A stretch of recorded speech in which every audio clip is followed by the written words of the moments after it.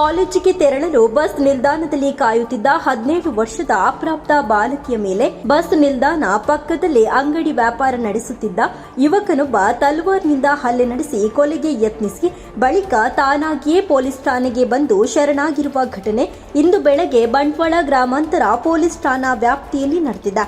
ಬೆಳಗ್ಗೆ ಸುಮಾರು 8:45 ವೇಳೆಗೆ ಬಂಟ್ವಾಳದ ಮೋಂತಿಮಾರು ಬಸ್ ನಿಲ್ದಾಣದ ಬಳಿ ಈ ಘಟನೆ ಸಂಭವಿಸಿದೆ.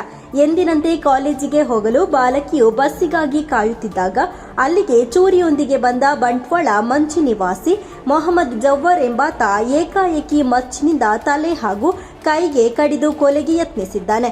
ಬಹಿರಂಗವಾಗಿಯೇ ಈ ಕ್ರೂರ ಕೃತ್ಯ ಎಸಗಿದ ಬಳಿಕ ಆರೋಪಿ ಮೊಹಮ್ಮದ್ ಜವ್ವರ್ ನೇರವಾಗಿ ಬಂಟ್ವಾಳ ಗ್ರಾಮಾಂತರ ಪೊಲೀಸ್ ಠಾಣೆಗೆ ತೆರಳಿ ಪೊಲೀಸರ ಮುಂದೆ ಶರಣಾಗಿದ್ದಾನೆ.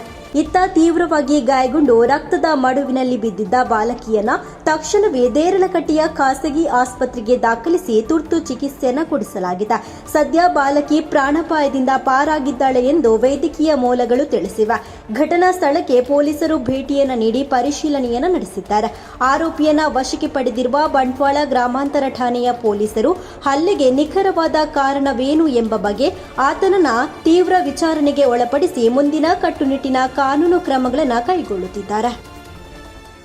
ಇಂತಹ ಇನ್ನಷ್ಟು ಸುದ್ದಿಗಳಿಗಾಗಿ ನಮ್ಮ ಯೂಟ್ಯೂಬ್ ಚಾನೆಲ್ ಅನ್ನು ಸಬ್ಸ್ಕ್ರೈಬ್ ಮಾಡಿ, ಬೆಲ್ ಐಕಾನ್ ಪ್ರೆಸ್ ಮಾಡಿ. ನಮ್ಮ ಫೇಸ್ಬುಕ್, ಇನ್ಸ್ಟಾಗ್ರಾಂನಲ್ಲೂ ಜೊತೆಯಾಗಿ ನಮ್ಮನ್ನು ಬೆಂಬಲಿಸಿ. ಜಾಹೀರಾತುಗಳಿಗಾಗಿ ಸಂಪರ್ಕಿಸಿ 9845478858 ಅಥವಾ 9972528110.